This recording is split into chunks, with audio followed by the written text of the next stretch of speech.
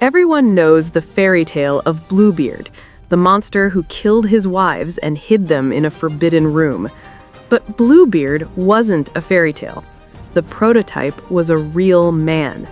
And his true story isn't about a monster, it's about a conspiracy. This is the ruins of Gilles de Rais's castle, the man known as Bluebeard. But before he became the monster, he was one of France's greatest heroes. How did a Marshal of France become history's most infamous serial killer? To understand the conspiracy, you must understand who he was. Gilles de Rais, Marshal of France. He wasn't just a soldier. He was the personal bodyguard of Joan of Arc. He fought at her side at the Siege of Orleans. He put Charles VII in power and became the richest, most powerful man in the kingdom. He was untouchable, and that made him the perfect target.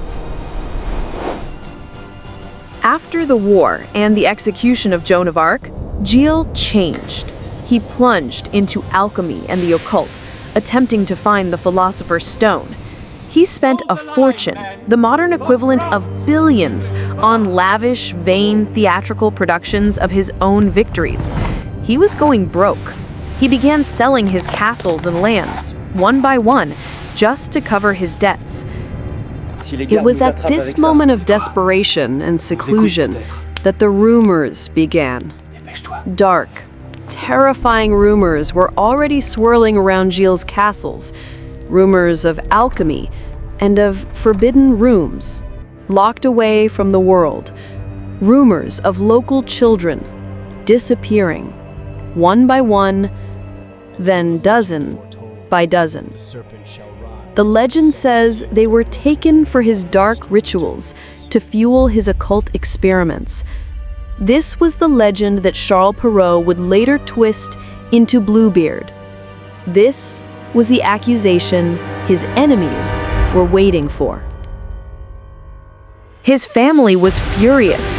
They went to the king, the very king he had put in power, and got a royal decree banning Gilles from selling any more land. He was trapped. He was a billionaire in a financial prison.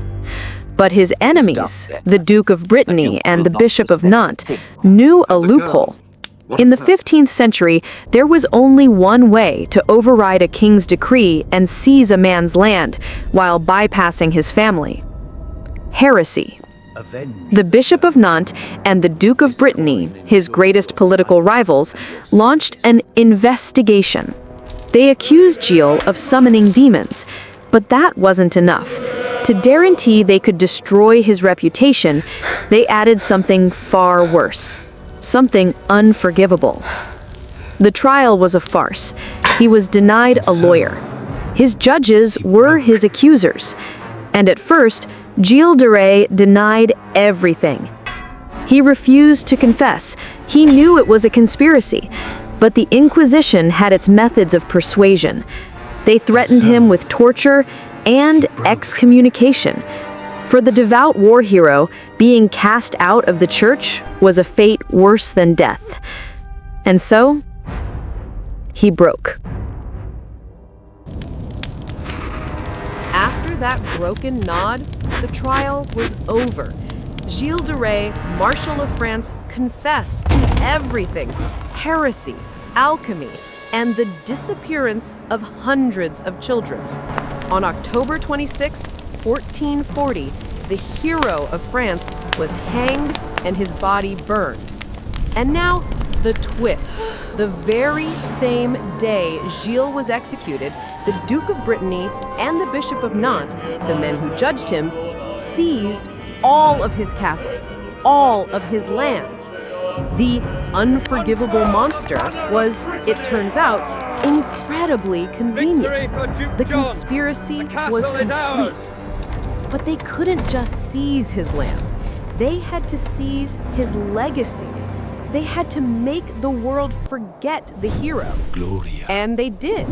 The rumors of the forbidden rooms and dark rituals were so shocking, they evolved. 200 years later, Charles Perrault would use the core of the legend, the rich Marshal with a forbidden room full of horrors, and simply change the victims to children to wives. He created the fairy tale of Bluebeard. The propaganda was a masterpiece. The world forgot the Marshal and remembered only the monster. But history holds the receipts. In 1992, French historians and legal experts held a symbolic but legally accurate retrial. They re-examined the 1440 court documents. Their verdict: the trial was a mistrial. The confessions were invalid, obtained by torture and religious coercion. It wasn't justice. It was a politically motivated seizure designed to acquire his wealth. So who was Gilles de Rais? A monster or a victim? The true mystery isn't what he did. It's how easily a hero can be rewritten as a monster when there's a fortune at stake.